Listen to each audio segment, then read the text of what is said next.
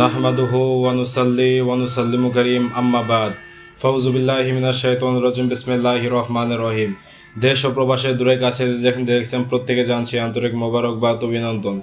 প্রিয় মুসলিম ভাই ও বোনেরা, আমরা প্রত্যেকটা মুমিন মুসলমানরা তারাবি নামাজে প্রতি 4 রাকাত পর পর একটা দোয়া পাঠ করতে থাকি। সেই দোয়াটা হলো সুবহানাল্লাহি মুলকি ওয়াল মালাকুত।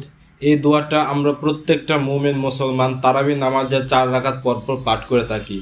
অথচ দুঃখের বিষয় লাগে, কিছু কিছু জাহেল জ্ঞান পাপী অজ্ঞ রয়েছে যারা এই দোয়াটাকে সম্পূর্ণ নাজায়েজ বেদাত শিরিক বলে ফতোয়া দেয়। নাউজুবিল্লাহি মিন জালিক। অথচ তারা কতটা বড় অজ্ঞ, এমনকি মূর্খতা সম্পন্ন হলে এই কথাটা বলা যায়। এটা হলো দোয়া, প্রত্যেকটা মুমিন মুসলমানরা প্রত্যেক 4 রাকাত পর পর এই দোয়াটা পাঠ করে থাকে। অথচ এই দোয়াটাকে যারা বেদাত শিরিক বলে থাকে, যারা হারাম বলে থাকে, তারা অবশ্যই মূর্খ ছাড়ার কিছুই নয়। কেননা এই কথাটা, এই দোয়াটা বহু হাদিসে কিতাবে উল্লেখ রয়েছে এবং আল্লাহর হাবিব রাসূল আকরাম সাল্লাল্লাহু আলাইহি ওয়াসাল্লামের হাদিসে কিতাব দ্বারা স্পষ্ট প্রমাণিত পাওয়া যায়। যেমন এই সম্পর্কে আপনারা একখানা হাদিস শরীফ লক্ষ্য করুন, যেটা উল্লেখ করেছেন ইমাম আবু ইসফাহানি রহমাতুল্লাহ আলাইহি তদীয় কিতাবুল আজমাত কিতাবের মধ্যে 34 নম্বর হাদিসের মধ্যে উল্লেখ করেছেন। ইমাম হাকিম নিসাবুর রহমাতুল্লাহ আলাইহি তার মুস্তাদরাকে হাকিমের মধ্যে 4502 নম্বর হাদিসে কিতাবের মধ্যে এই হাদিসটা উল্লেখ করেছেন। স্ক্রিনে আপনারা সম্পূর্ণ হাদিসটাকে লক্ষ্য করুন। আন ইবনে আমার রাদিয়াল্লাহু তাআলা আনহু আন্না উমর ইবনে খাত্তাব রাদিয়াল্লাহু তাআলা আনহু সালাতু কাহিমাতু ওয়া নাফারুন সালাসাতুল জুলুসুল ফাকালা উমারুন রাদিয়াল্লাহু তাআলা আনহু ওয়া মা ইয়াকুলু ইয়া রাসূলুল্লাহ সাল্লাল্লাহু আলাইহি ওয়াসাল্লাম ক্বালা আম্মা আহলুস সামাহিদ দুনিয়া ফায়াকুলুনা সুবহানাল্লাহি মুলকি ওয়াল মালাকুত ওয়া আম্মা আহলুস সামাই সানিয়াতা ফায়াকুলুনা সুবহানাল্লাহি ইজ্জতি ওয়া আজমাতি আম্মা আহলুস সালিসাহি ফায়াকুলুনা সুবহানাল্লাহি ইজ্জতি লা ইয়ামুত। অর্থাৎ হযরত ওমর রাদিয়াল্লাহু তাআলা আনহু একদিন নবীজিকে জিজ্ঞাসা করলেন, ইয়া রাসূলুল্লাহ, আসমানের সকল ফেরেশতারা কোন তাসবিহ পাঠ করে থাকে? আসমানের ফেরেশতাদের তাসবিহ কি? তখন আল্লাহর হাবিব রাসূল আকরাম সাল্লাল্লাহু আলাইহি ওয়াসাল্লাম বললেন, প্রথম আসমানের ফেরেশতারা সুবহানাল্লাহি মুলকি ওয়াল মালাকুত এই তাসবিহ পাঠ করে থাকে। দ্বিতীয় আসমানের সমস্ত ফেরেশতারা সুবহানাল্লাহি ইজ্জতি ওয়া আজমাতি এই তাসবিহ পাঠ করে থাকে। আবার তৃতীয় আসমানের সমস্ত ফেরেশতারা সুবহানাল্লাহি হাইয়াল্লাহি লা ইয়ামুত এই তাসবিহ পাঠ করে থাকে। সুতরাং এটি ভিত্তিহীন নয়, এই তাসবিহ স্বয়ং আসমানের ফেরেশতারা পর্যন্ত পাঠ করে থাকে এবং ইহা রাসূল পাক সাল্লাল্লাহু আলাইহি সাল্লামের হাদিসে কিতাব দ্বারা স্পষ্ট প্রমাণিত।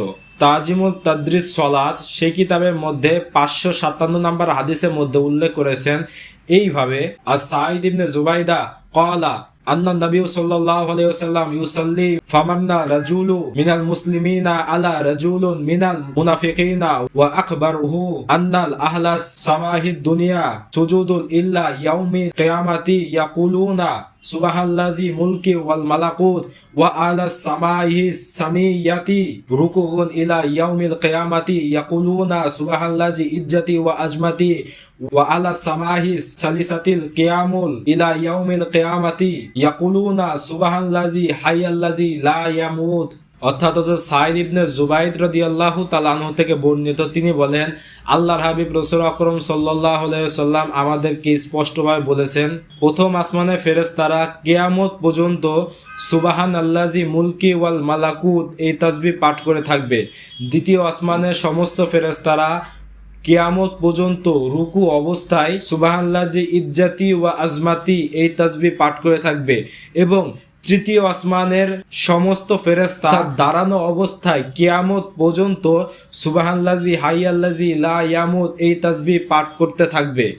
তাহলে এই হাদিসটি ভিত্তিহীন নয়, এই হাদিসটি বানোয়াট নয়, বরং এটা রাসূল পাক সাল্লাল্লাহু আলাইহি সাল্লামের হাদিস দ্বারা প্রমাণিত।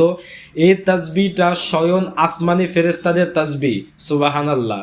এই সম্পর্কে আরেকখান হাদিস শরীফ লক্ষ্য করুন, যেটা উল্লেখ করেছেন ইমাম বাইহাকি রহমাতুল্লাহ আলাইহি আল বাস ওয়াল নুসুর সেই কিতাবের মধ্যে 609 নম্বর হাদিসের মধ্যে উল্লেখ করেছেন এইভাবে, عن أبي هريرة رضي الله تعالى عنه حدثنا رسول الله صلى الله عليه وسلم وهو في طائفة من أصحابه فقال إن الله تبارك وتعالى لما فرغ من عقل السماوات والأرض أن يقولوا سبحان الذي ملك والملكوت سبحان الذي عزتي وعظمتي سبحان الذي حي الذي لا يموت سبحان الذي يميت الخلائق وأن يموت سبح قدوس ربنا ملائكة والروح। অর্থাৎ হযরত আবু হুরায়রা রাদিয়াল্লাহু তাআলা আনহু থেকে বর্ণিত আল্লাহর হাবিব রাসূল আকরাম সাল্লাল্লাহু আলাইহি ওয়াসাল্লাম বর্ণনা করেন, যেখানে একদল ফেরেশতারা বসা অবস্থায় ছিল, সেখানে লম্বা হাদিসের শেষের দিকে উল্লেখ রয়েছে আল্লাহর হাবিব রাসূল আকরাম সাল্লাল্লাহু আলাইহি ওয়াসাল্লাম ফেরেশতারা কি তাসবিহ পাঠ করে থাকেন, সেই তাসবিহটা নবীজি স্পষ্টভাবে এই হাদিসের মধ্যে বলতেছেন। তাহলে স্পষ্ট বোঝা গেল প্রত্যেকটা মুমিন মুসলমানরা তারাবি নামাজের 4 রাকাত পর পর যে দোয়াটি পাঠ করে থাকে, এই দোয়াটি ভিত্তিহীন নয়, বানোয়াট নয়, কারোর মন গড়া নয়, বরং এটি আল্লাহ হাবিব রাসূল আকরাম সাল্লাল্লাহু আলাইহি ওয়াসাল্লামের হাদিস দ্বারা প্রমাণিত এবং এই তাসবিহটি স্বয়ং ফেরেশতারা পাঠ করে থাকে। আসমানি ফেরেশতাদের তাসবিহ হলো এই তাসবিহটি। এই জন্য ফুকাহে কেরামরা সকলে গবেষণা করে একটা তাসবিহ লিখেছেন, সংক্ষেপে একটা তাসবিহ লিখেছেন, যেটা ফতোয়ায়ে শামি কিতাবের মধ্যে ইমাম ইবনে আবিদিন শামি রাহমাতুল্লাহ আলাইহি বলেছেন এইভাবে, সুবহানাল্লাযি মুলকি ওয়াল মালাকুত সুবহানাল্লাযি ইজ্জতি ওয়া আজমাতি ওয়াল হাইবাতি ওয়াল কুদরাতি ওয়াল কবরি ওয়াল জাবালুত সুবহানাল্লাযি মালিকিল হাইয়াল্লাযি লা ইয়ামুত সুবহানাল্লাযি কুদ্দুসুর রব্বুনা ওয়া রব্বুল মালাইকাতি ওয়ার রূহ লা ইলাহা ইল্লাল্লাহু আস্তাগফিরুল্লাহু নাস আলুকাল জান্নাতা ওয়া আউযু বিকা মিনান নার।